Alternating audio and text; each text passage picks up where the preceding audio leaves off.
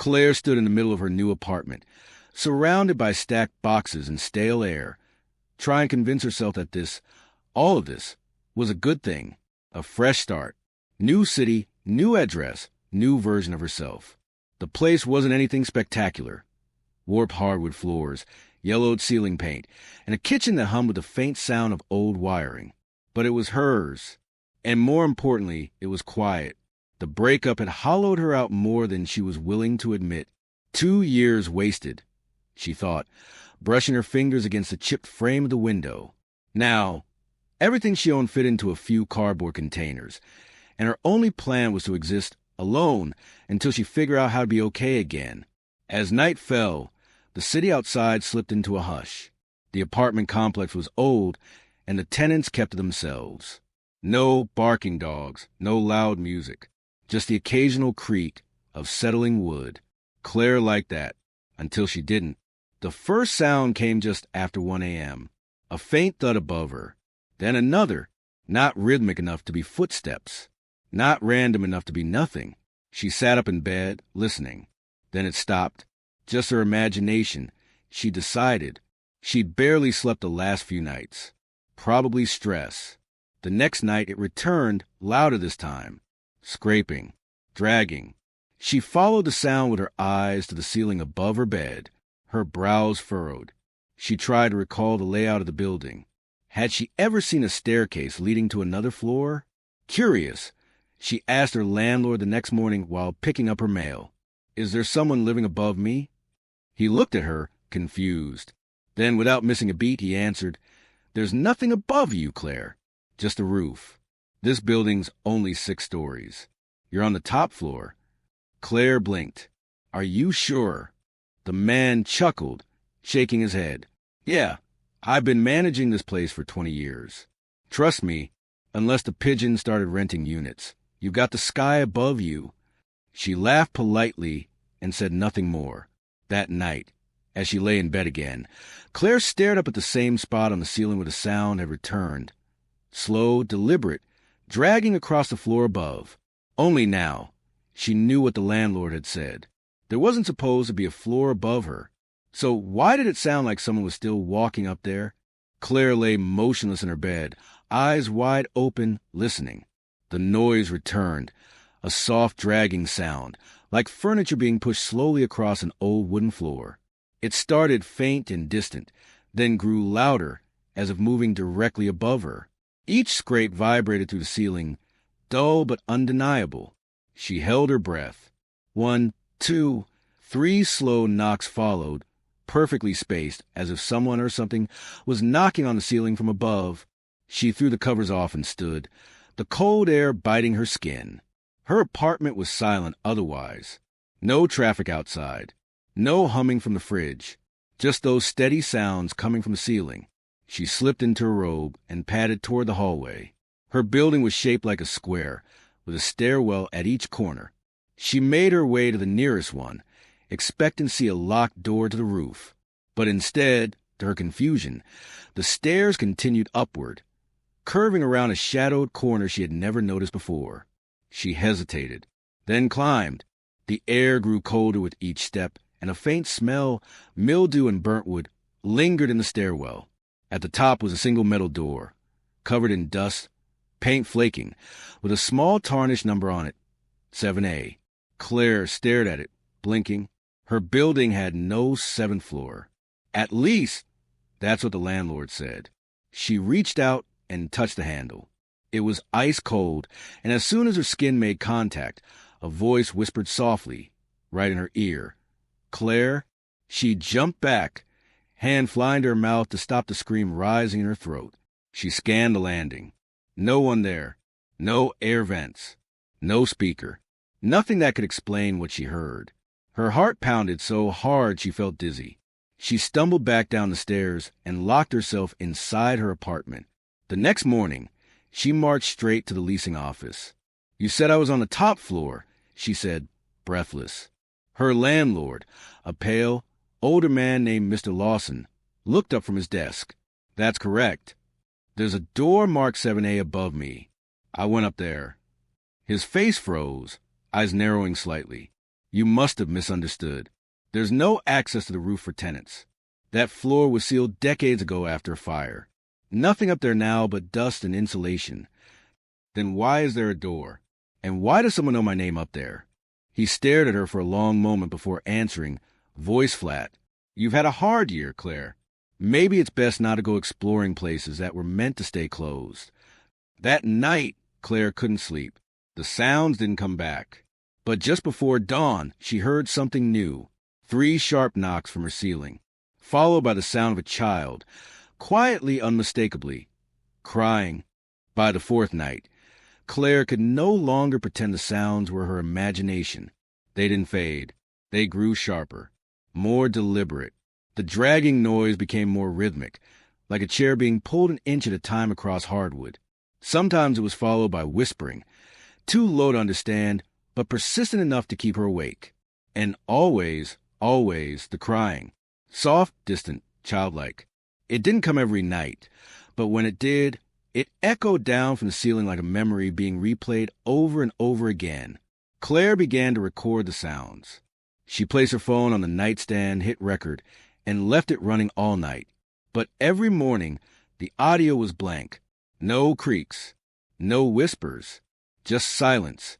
She tested the app during the day, played music, made noise, everything recorded fine.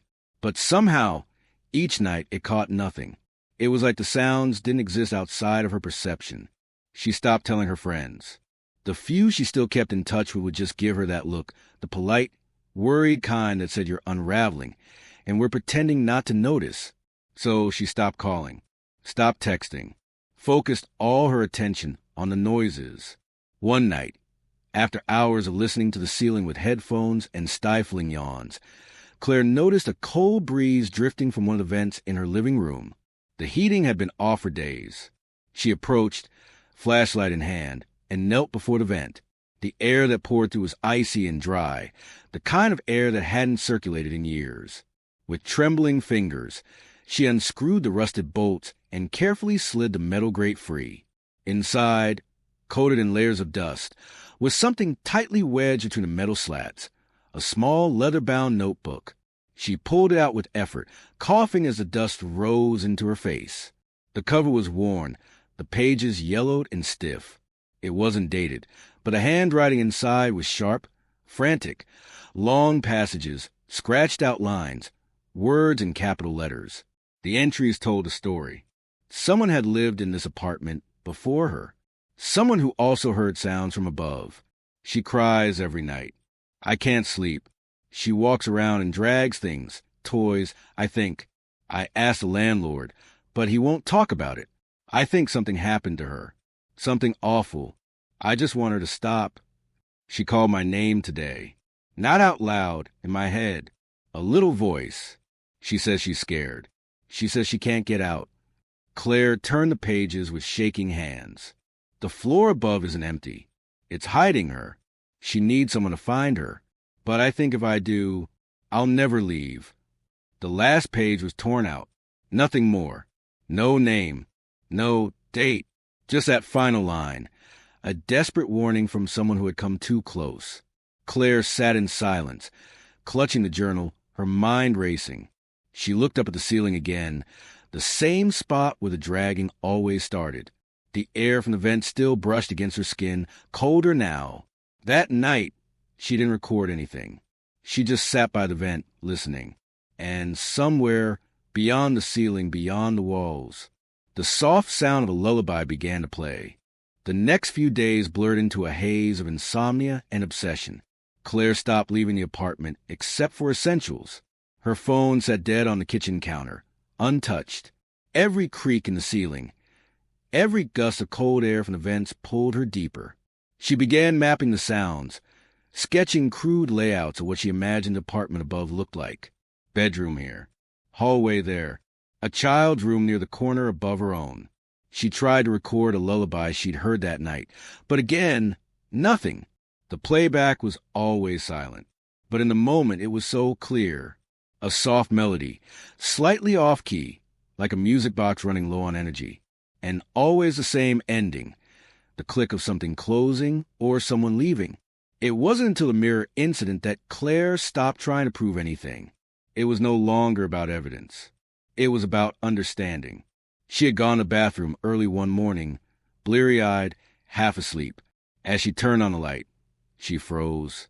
In the mirror, standing just behind her reflection, was a pale figure of a girl, motionless, hair stringy and dark, hanging across her face. The moment Claire spun around, she vanished. No sound, no footsteps, just gone. She stared at the empty space for a long time before turning back to the mirror. The girl wasn't there anymore, just her own reflection, gaunt and hollow-eyed. But something had changed. The mirror itself had a faint outline in the corner, a palm print, too small to be hers, pressed from the inside. She began checking all the mirrors in the apartment, in the hallway, in her bedroom, even the tiny vanity one on her dresser. And sometimes she saw it, just for a moment, a flicker of movement, a smudge that hadn't been there before, a glimpse of a face not her own. Her mind was fracturing. She could feel it. One night, while brushing her teeth, she caught the reflection again, the girl, but this time she didn't disappear. She just stood there in the mirror as if waiting. Claire stared. The girl slowly raised her hand and pointed upward, toward the ceiling. Claire dropped the toothbrush and bolted into the hallway, flashlight in hand. She climbed back to the 7th floor, breath sharp and fast. The door was still locked, still untouched, but the air around it was colder than ever, her skin prickling with every step closer. She didn't try the handle. She simply stood there listening, and from behind the door, faint and distant, she heard humming, the same lullaby, but now mixed with it was something new, a whisper low and mournful. "Help me!" That voice, it wasn't just scared, it was lonely. Back in her apartment, Claire turned every mirror to face the wall. She covered them with blankets, towels, whatever she could find. The reflections had become too strong, too direct. She no longer trusted what she saw looking back. She lay awake that night, staring at the ceiling, and whispered, "I hear you." And from the wall behind her, a knock replied, once, twice, then silence. Claire awoke the next morning with a purpose. Whatever was happening in this building, in that space above her ceiling, had gone beyond haunting. It was a pattern, a history repeating itself. Someone had been trapped, left behind, and now she was reaching out. Claire wasn't just hearing things anymore. She was being spoken to, and for the first time, she felt like someone might be listening back. She remembered the notebook she'd found in the vent. Its final words echoed in her head. She needs someone to find her. But I think if I do, I'll never leave. The warning chilled her, but it also told her she was right. There had to be a way into that 7th floor. If it truly was sealed off decades ago, someone had to have blueprints, permits, something. She went to the public records office downtown, clutching the name of the building scribbled on a sticky note. The clerk, a bored man in his 40s, barely looked at her as he typed into the database. Buildings old, originally constructed in 1952, renovated in 89. Anything specific you're looking for? Floor plans, Claire replied, especially for anything above the 6th floor. He raised an eyebrow but printed out a stack of documents. She took them to a corner table and began sorting through the faded diagrams. And there it was, a 7th floor, marked in the earliest version of the blueprint as residential storage. But that wasn't what caught her attention. It was the red X drawn over the entire floor, a note scribbled in the margins in shaky handwriting. Fire damage condemned, access permanently sealed, do not reopen. But it had been reopened, at least partially. That much Claire was sure of. Someone had gone up there. Someone had lived it, maybe more than once. She traced her finger over the layout. A small room in the corner, oddly sectioned off. No label, no door. Her stomach twisted. Back home, she checked her own ceiling directly beneath where that unmarked room would have been. It lined up with her bedroom, right above her bed. She stared at the ceiling for a long time. Then she heard it. Click, like a latch unlocking. She jumped up and watched as a square outline slowly appeared in the ceiling surface, a narrow panel that hadn't been visible before. Dust fell in a soft plume. She stood beneath it, paralyzed. No ladder, no way to reach it without furniture. But it was there now, waiting. Claire dragged her old dresser beneath the panel and climbed. With her fingertips, she pushed gently upward. The panel gave way, light as air, and revealed nothing but darkness above. The air that flowed down was frigid and still. It smelled of smoke and something older, something forgotten. Claire hesitated, then whispered into the void, "Are you there?" A soft breath of wind answered her, then barely audible, "Yes." Claire's heart pounded as she peered through the opening in the ceiling. The darkness above seemed endless, swallowing her flashlight's beam instantly. Her hands trembled, but curiosity pushed her forward. She dragged the dresser closer, placed a folding chair on top, and climbed up cautiously, gripping the edges of the panel for support. The cold air hit her face as she pulled herself through the narrow opening. The floor beneath her feet creaked with every cautious step. The space was cramped, coated in layers of dust and debris. Broken tiles, shards of glass, and scattered papers littered the ground. The faint outline of furniture, rotted and decayed, stood shadowy in the gloom. It smelled of smoke and damp wood, like a house long abandoned and haunted by silence. Claire's flashlight caught on a child's toy, a small, cracked music box lying near a collapsed chair. She picked it up carefully. As she opened it, a faint, off-key lullaby trickled out, sending chills down her spine. She pressed deeper into the room, finding more signs of life long past. Faded drawings taped the walls, scribbled notes pleading for help, and torn fabric caught on nails. Her breath quickened as she noticed a narrow stairwell carved into the far corner, leading upwards. The air above felt heavier, the shadows thicker. She climbed, each step groaning beneath her weight, until she reached a tiny attic-like chamber bathed in a dim, eerie glow from a cracked skylight. In the corner sat a small bed frame, rusted and broken, and a faded blanket stained with time. On the floor lay an old diary, its pages yellowed but intact. Claire opened it slowly, hands shaking, and began to read. They said I was invisible. Like I wasn't there. Like I didn't exist. I'm trapped between walls no one sees. The people above have forgotten me. But I hear you. Please don't forget me too. Her eyes filled with tears. This wasn't just a ghost story. It was a cry for help, a trapped soul reaching out from the shadows. Suddenly, the room grew colder, the air tightening around her throat. A soft sob echoed from the walls, wrapping around her like a cold embrace. Claire felt the weight of the loneliness pressing down, pulling her toward the floor. She forced herself to stand, to turn away. But as she climbed back down into her apartment, she felt it, a lingering presence. Not malevolent, but desperate, waiting, hoping. Claire closed the ceiling panel behind her, her fingers brushing against the chill one last time. The silence that followed was thick and heavy. She was no longer alone. Claire's discovery shook her to the core. The diary's desperate words haunted her. This invisible child, trapped and forgotten, was more than a ghost. She was a prisoner of the building itself. But freeing her wouldn't be simple. There had to be a price. That night, Claire sat by the ceiling panel, notebook and flashlight at her side. She whispered softly, "What do you want from me?" The silence answered back. Then, a cold breeze swept through the room, carrying a faint voice. "Help me leave." The words were fragile, but urgent. Days passed as Claire researched the building's dark history. She found old newspaper clippings hidden online. Reports of a tragic fire in the late 80s had killed a young girl named Lily, presumed trapped in that sealed-off 7th floor. The landlord's warning suddenly made sense. He wasn't just protecting the building, but trying to keep the secret buried. Claire realized she needed to confront Mr. Lawson, but he refused to talk. His eyes darkened whenever she mentioned Lily or the 7th floor, and he warned her again, some doors are meant to stay closed. The nights grew colder, and the whispers more persistent. The child's presence pressed heavier on Claire's mind, feeding a growing weight of guilt and fear.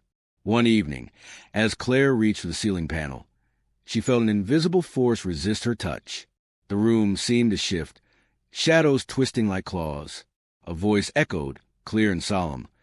To free me, you must take my place. The words echoed in her head, twisting and turning. Fear gripped Claire. To free the child trapped above, she would have to become the new prisoner. Her thoughts spiraled. Was the sacrifice worth it? Could she endure endless loneliness, eternal silence, just to save a lost soul? Or was the price too high? In the mirror, she saw the girl's face again, waiting, pleading.